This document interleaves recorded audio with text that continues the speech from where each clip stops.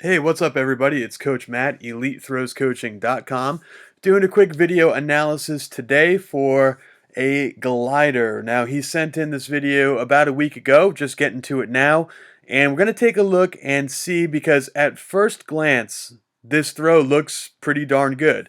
It looks like he gets a really good push at the end. He's doing a good job of letting the heel in the back of the circle be the last thing touching. Let's watch it in full speed just to give you an idea. I like how he keeps that left arm long. He's not using that left arm to kind of double pump the throw. He's not using that left arm to get more speed through the circle. He's keeping it nice and long. Does a pretty good job of keeping his head down as he glides. So there's a lot of things in this video that are actually really, really good. But there are also some things that I think need to be improved upon. So as we go through this video here and we start to kind of look at it frame by frame, the one thing that I want you to watch is, of course, we want to see that the weight is all the way back behind this power foot.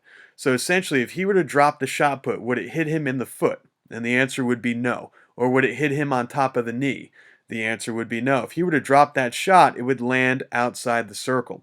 And that is how I want to see gliders start their throw. Whether you're in more of a flat position, as this guy is, or whether you're more of an upright kind of active position like a lot of people start in, you're going to see that that shot is on the other side of the foot. If you were to drop it, it would fall outside of the circle. We already talked about how he does a good job with his heel, how he's not pushing off the toe, he's pushing through the heel. The heel is the last part of the foot to be on the circle. You can see here as he brings the foot in, doing a pretty good job of getting his weight moving backwards in the circle. You can see if you just watch his right hand holding the shot, the weight starts to shift back. It's shifting back, it's going, shifting back, shifting back. Does a pretty good job. A good guideline is you kind of want the chest above the knee. Starts pushing, pushing.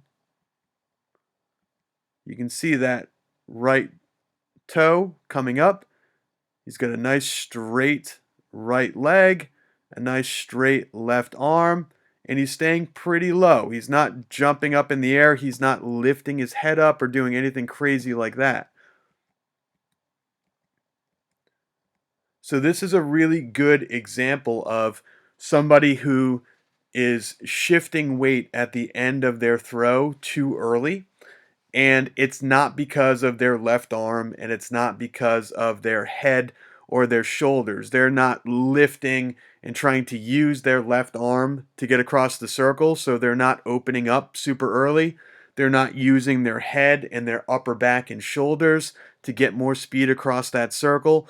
So they're not kind of standing upright. They're not standing tall in the power position. You can see here when his right foot touches down in the middle, it's a very short glide. Okay, so his heel goes from this part of the circle, and then the toe, well, the camera moved a little bit, the toe is here. So really, he's only gliding about 12 inches. All right, and that's not that far of a glide. Ideally, what we would want is his upper body to be in this perfect position. This is a really nice position. But imagine if we were to get this right foot, the right knee, the right hip. Imagine if we were to get that underneath him more. So the knee would be about here. The toe would be about here. Now we'd be closer to the middle of the circle. We're not going to be too far in the back half of the circle. If you were to take a piece of chalk or a jump rope and lie it across this circle, the midpoint of the circle is going to be right about here. So he's probably got about another 12 inches or so, maybe even more than that, 14, 15 inches, it's tough to tell, to go before he's got his foot where it needs to be. So we've got to try to increase the length of that glide, not get that right foot down so early. Okay, and if we can do that while keeping the upper body back and staying low, you're going to have a huge throw. Because watch what happens. That right foot touches down. Okay, the right heel drops. Now, we just did a video a few weeks ago about the right foot in the rotation and the glide power position. I'll actually put a link to that video right up above. And we talked about if the person over rotates, typically what happens in the rotational shot and in the discus is if the person over rotates and their right foot is pointing toward the back of the circle, they're going to fall, they're going to drop their heel, and all of their weight is going to shift backwards onto their left foot. So watch what happens here. The right foot is pointing to the back of the circle. We would really want that right foot pointing over here towards 9 o'clock. The heel drops and watch what happens to the weight. See how his weight falls. The right foot stops. The right foot hasn't moved. The right foot's down and flat, and then falling, falling, falling, falling, falling, falling onto the left. Now where's the weight? Now it's his center of mass, if you think of the logo on his t-shirt, is now in between his feet, where before it was really nicely placed on the other side. Now he has shifted his weight. If you want to think of the shot put, if he were to drop the shot put here, it would not hit him in the knee or in the foot. Because he drops that right heel, now as we go, now the left foot touches down in the front. Now if he were to drop the shot, it would hit him in the knee or it would hit him in the foot. His weight has shifted. And because the weight has shifted, I mean, look at that. Look at how much he is unable to use this right foot. See how his right foot still has not really moved? It's down, and now it's not going to move. Let's see when the right foot starts to move. Right about here, it looks like it's going to start to move. Yep. Right foot starts to move right here. And look at how far the weight has shifted.